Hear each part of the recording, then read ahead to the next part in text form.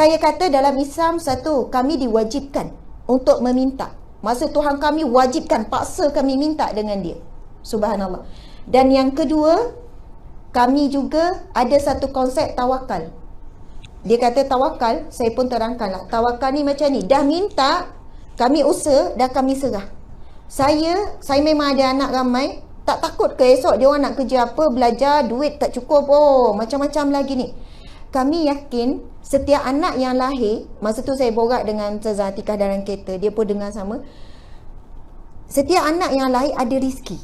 Bukan kami yang susah, kami hanya berusaha setakat mana yang kami mampu. Tentang anak, kalau satu hari saya mati pun, suami saya mati, saya tetap bukan susah hati nak mati ataupun saya membesarkan anak dengan susah hati. Saya yakin setiap anak tu ada rezeki. Memang Tuhan kami dah tetapkan setiap anak ada rezeki. Jadi saya tak adalah risau. Awak tak susah, awak tak bimbang?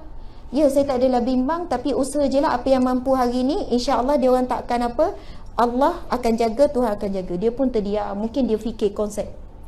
Lepas tu saya tanya dia, kalau semayang dekat mana? Saya tanya dia, semayang kat mana kan? Dia kata dekat, sebab dia Buddha kan, ada ni semayang kat sana. Kita pula semayang kat mana? Kita semayang kat mana? Kita boleh semayang anywhere, di mana-mana. Itu kelebihan yang ada pada umat Islam sahaja. Hebatnya kita. Saya tengok satu kisah, saya dengar daripada Aikim, macam mana seorang mu'alaf Cina ni, dia masuk Islam, dia perempuan. Dia kata pernah satu ketika, ada orang datang buat bancian rumah ke kampung dia, semua Cina belaka. Semua Cina belaka, kawasan perkampungan Cina. Datang seorang lelaki, cek bancian tu kan. Orang lelaki Muslim, lepas tu masuk mungkin dia tengok masa dah masuk asar, masuk waktu solat, lelaki ni minta izin nak tumpang semayang kat rumah dia. Masa ni dia baru darjah berapa, kecil lagi. Lepas tu dia tengok, lepas tu mak dia ni terkejut, mak, boleh ke you semayang kat rumah saya ni? Boleh, kat mana-mana pun orang Islam boleh solat. Lepas tu dia minta alas ke kain ataupun dia bagi kotak macam tu, tak ingat? Lepas tu dia tumpang ambil wuduk. Lepas tu dia solat, dia cek kiblat kan? Cek kiblat apa semua. Subhanallah. Itulah permulaan dia kata hati dia terbuka untuk Islam. Dia cakap apa? Hebatnya orang Islam. Datang banci sampai sini pun Tuhan dia ikut dia. Faham tak? Dia orang kalau nak semayang nak apa, kena bagi tokong, betul tak? Kena keluar, kena ada tempat. Dia kata hebatnya Tuhan orang Islam, ikut ke mana-mana dia pergi ya. Masya Allah. Sejak daripada tu dia kata, kalaulah lelaki tu dengar hari ni, dia dah besar, hari tu kuat Aikim kan, terima kasih sebab anda lah yang membuat permulaan saya mencari Tuhan. Masya Allah, Allah Akbar. Kita tak sedar benda ni kadang-kadang. Kelebihan keistimewaan kita jadi orang Islam. Contohlah kalau kita letakkan suami nombor satu kan. Contoh nombor satu suami. Bila sakit, telefon suami, bang sakit lah. Suami boleh buat apa? Boleh urut. Suami buat apa? Macam mana gile? Apa? Bawa pergi klinik. Ni tempat kerja ni. Contohlah, orang kata ustazah bahayanya, ustazah kandungan dah masuk 8 bulan lebih, naik flight, betul kan? Sebenarnya saya ni ngam-ngam je. Pramugari tu lepas tak nak lepas je, tapi ada surat doktor, saya minta doktor tu cakap kalau airline lain tak lepas dah sebab 32 minggu dah. Doktor cakap, saya pujuk doktor, tulislah yang saya ni memang available, saya masih sihat, saya masih kuat, tanggungan ni. Jadi memang saya tengok surat doktor tu memang sangat bagus. Please izinkan dia untuk naik kapal terbang. Surat doktor.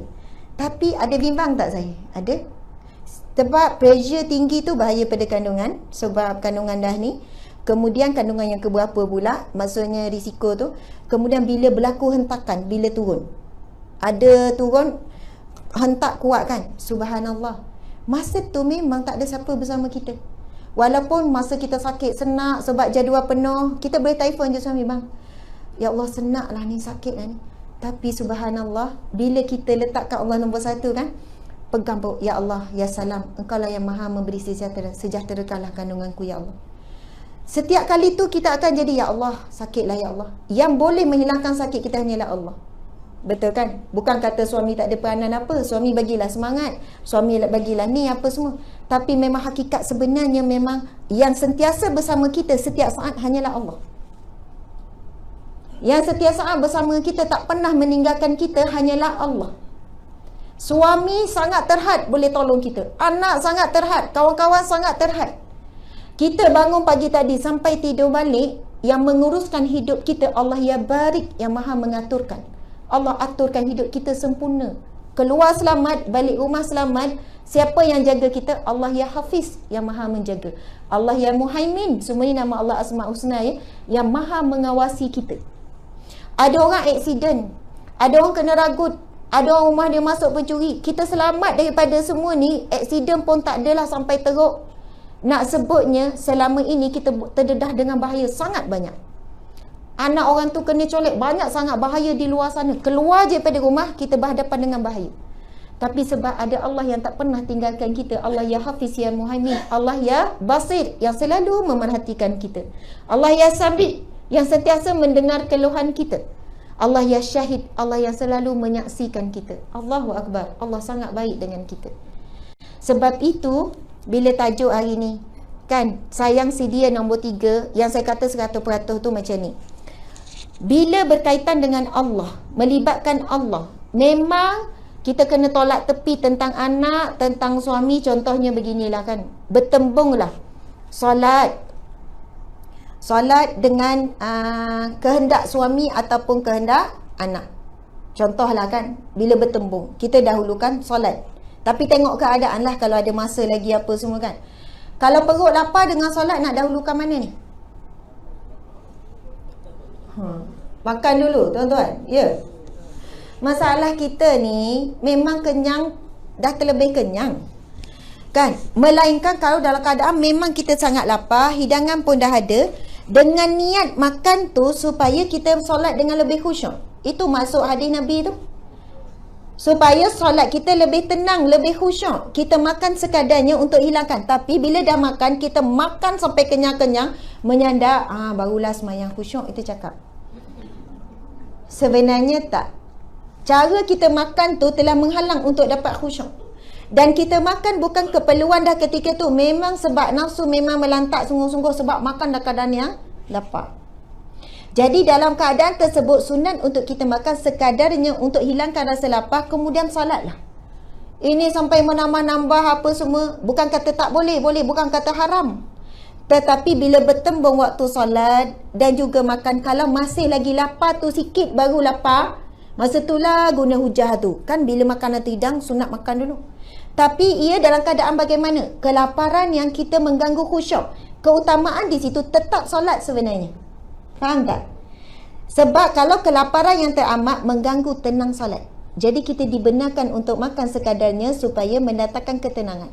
Sebab itu para sahabat, dia makan sekadar menegakkan tulang belakang. Kalau tak makan melepek, tak boleh nak bangun. Makan tu sekadar untuk menguatkan badan. Tetapi kita hari ni terbalik. Makan melemahkan untuk ibadah. Baca Quran tak sampai satu muka surat, dah terlelap, dah tidur. Sebab makan terlebih. Sebab kita ni semua terlebih belaka. Kita sepatutnya makan sikit, tapi kita sikit-sikit makan. Kita sepatutnya rehat sedikit, tapi sikit-sikit nak rehat. Patut tidur sikit. Malam kita banyakkan ibadah, tapi sikit-sikit nak tidur, tidur banyak. Kita sepatutnya cakap sikit-sikit. Ini orang paling selamat. Tapi kita sikit-sikit nak bercakap. Memang kita terbalik.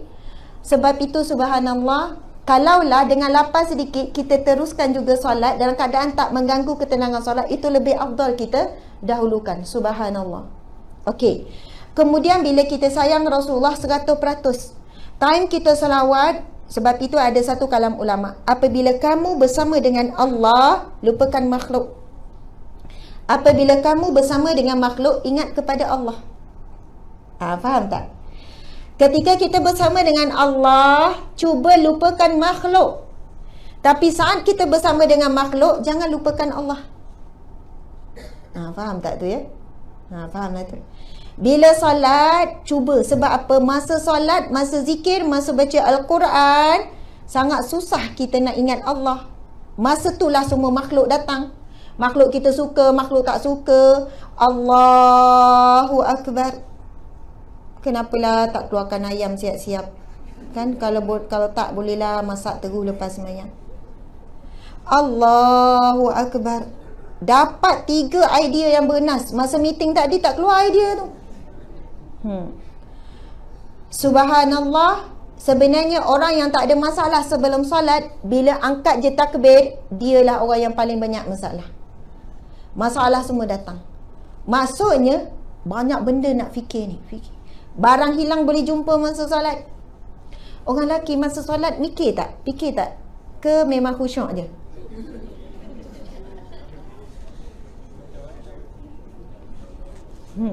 Tuan-tuan fikir apa masa sembahyang?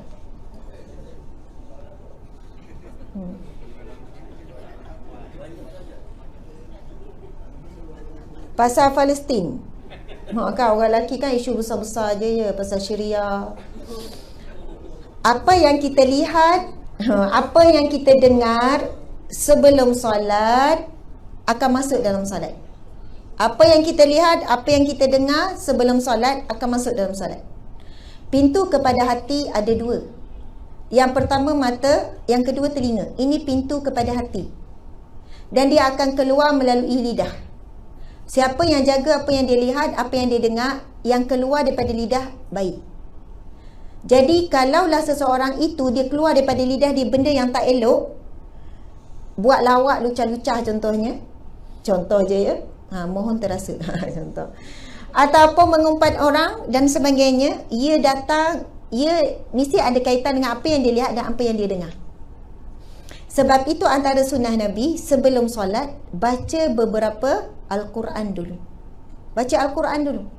Kan Nabi bila Anas bin Malik ditanya Rasulullah, maksud selepas sahur Rasulullah buat apa? Baca lebih kurang 50 ayat. Lebih kurang 10 minit. Itu yang boleh tahu jarak waktu imsak tu antaranya.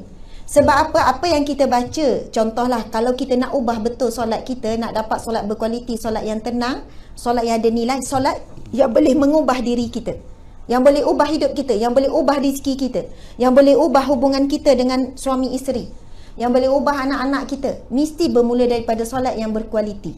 Siapa yang ubah solat, Allah akan ubah sekeliling dia. Hadis Nabi kan, Nabi sebut, Ifazillah yahfazka, kamu jaga Allah, Allah akan jaga kamu. Ifazillah tajidu tujahaka, kamu jaga Allah, kamu akan dapati Allah ada depan kamu. Wa iza sta'anta fasta'in billah, bila kamu perlukan pertolongan, minta tolong dengan Allah. Wa iza sa'alta fas'alillah, bila kamu perlukan sesuatu, nak sesuatu, minta saja dengan Allah. Nabi bersabda, as-salatu imaduddin, salat ini tiang agama dan tiang kehidupan. Adin maksud juga tiang kehidupan. Faman aqamaha, siapa yang mendirikan solat, aqamaha ni kena faham, bukan solat saja-saja ni. Faqad aqamaddin, dia sedang mendirikan agama dan mendirikan hidupnya. Waman taraka, siapa tinggalkan solat, faqad hadamaddin, maka dia telah meruntuhkan agama dan meruntuhkan hidup dia.